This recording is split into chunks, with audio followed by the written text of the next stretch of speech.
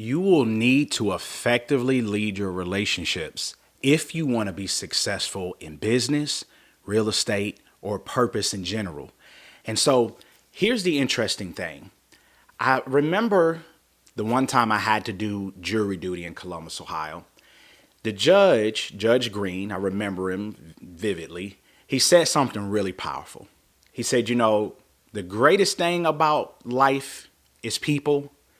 The worst thing about life is people. And that statement resonated with me because I could immediately identify that what he was saying was very, very true. And yet, here's the opportunity. Effectively managing our relationships to pursue business, real estate, purpose, success is critically important by every sense of the word. Because if you don't effectively learn to lead relationships in your personal and professional life, you will allow chaos to ensue, which will massively hinder your overall trajectory and success. Because what? Your focus is divided, right? If you have an unsettled, happy home, we all been there, right? Myself included. It's hard to go to work and be focused and be at your optimal level, but you must. Because the reality of it is we're going to face a lot of trials and different circumstances that are going to challenge us. But what that basically means is we are going to have to make a decision in order to effectively manage relationships personally and professionally. What to dominate professionally is we're going to have to adopt a mindset of what I call courageous conversations. What a courageous conversation is what needs to be said, needs to be said. What needs to be heard, needs to be heard. Just so that we understand what it is and what it ain't. Doesn't mean we necessarily have the solution immediately, but that is my heart's desire. Because nothing great in life happens without communication. And yet, the reality of managing relationships being that people, myself included, can be complicated and difficult, is the fact of it is many and most of any issue personally or professionally is literally just a matter of a miscommunication. How do we know that? Researchers have found that 75% of any conversation you hear, even 75% of what you'll hear in this video, you are not going to hear. You're not going to recall it. You're not going to retain it. You're not even going to receive it. You're not even going to know I said it. So we typically in a conversation only hear 25% of what was said. So therein lies the problem. The issues and the traumas and dramas that we have in any and all relationships, I can guarantee you from my own experience in 42 years of life, is just simply a miscommunication, meaning that was not what I said. That was not what I intended. That was not my messaging, but that's what you heard. And so courageous conversations means that we're going to have to most likely patiently revisit this subject, and most likely it's not going to happen all in that day. And so for full disclosure and to bleed on you, I am such a problem solver is to a fault, which is I don't like conflict, even though I understand it's necessary. I don't like confusion, even though I know it's going to happen. I don't like miscommunication. And so what happens is I over communicate, which is, no, you're going to get this smoke.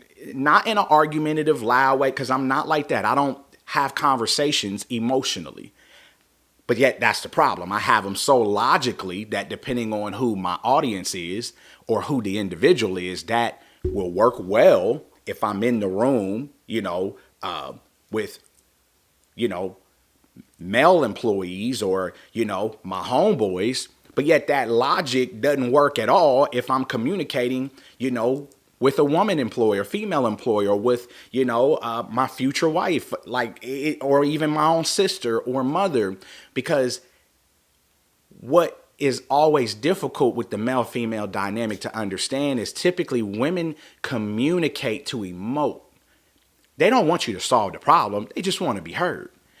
As a man, we communicate to share information and to solve problems. See, those are two inverse and opposite realities. But I'm learning. God ain't finished with me yet. I'm working on those things.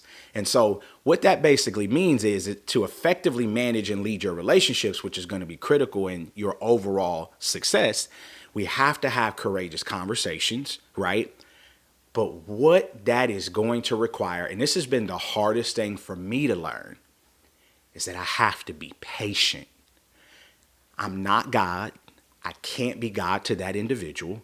I can't make them hear or receive the other 75%. And so what I am learning to do real time, and it's been a struggle, I'm just going to say keep it funky, is to say, you know what? Here's how I feel. This is what I understood. However, let me take my feelings to God, tattletale to him, pray about it, seek him what? To change me.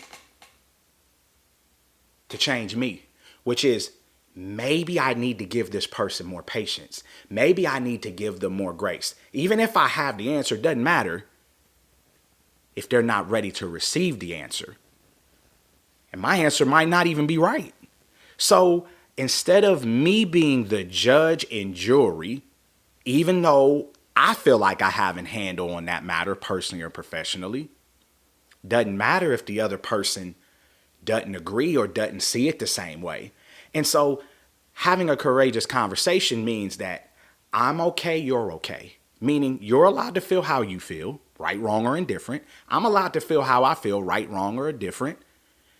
You take it to God, I take it to God, let him change me. Because I can't change you, nor should I try. Let him change me. And now that means what? Changing me may mean, you know what? This person was entirely right. I'm wrong. This person, partially right, partially wrong. But here's the opportunity. And then let's just say I am entirely right. Okay, so what? All right, you get a cookie, so what? Because if the other person still feels that you're entirely wrong, you haven't accomplished much anyway. So what does that mean? Having courageous conversations and then allowing God to be the judge and jury, I'm learning real time, is going to require for me to be patient and to give mercy and to give grace, because it is easy to love when love is convenient. But real love is when what is being said or done is unlovable.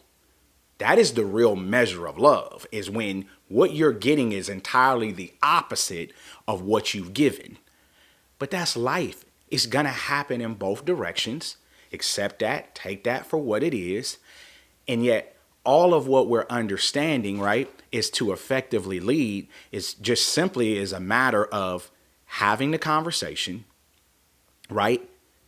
Giving it to God to let him be the judge, jury, and then being patient with them and yourself to understand that we are all in a process working to figure it out by the day for answers we oftentimes don't have and won't get immediately in that moment. And so ultimately, what I'm learning most is that I have to, again, give the grace and to love the unlovable until we both have grown or matured in that situation.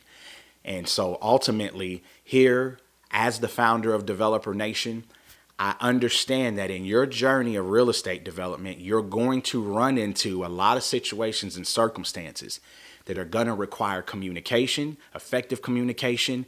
But that is why we partner with you, so that as you're in the transaction of developing either a small or large scale project, you will have a community who will understand and who will mentor you and who will love you throughout the personal element of how your deals affect everything about everything, or even on the professional side, because there are oftentimes going to be miscommunication matters. But we as a community are stronger together than we are independently or in isolation.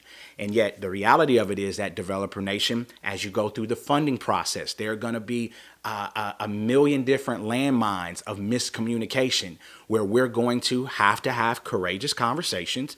We're going to have to go to God about those things. We're going to have to be patient, and yet we're going to focus on making the changes we need to make in order to be better the next at bat. And so, as always, I'm Shaun J. Ford, real estate developer as well as author, who is committed to helping you be effective in every arena of your personal and professional life. And that comes with doing the work on us, because we can't change others. We can only change us. And yet evermore, we will become the effective leaders, because guess what? All things work together for the good of those that love God and are called according to his purpose. I'll see you in the next episode.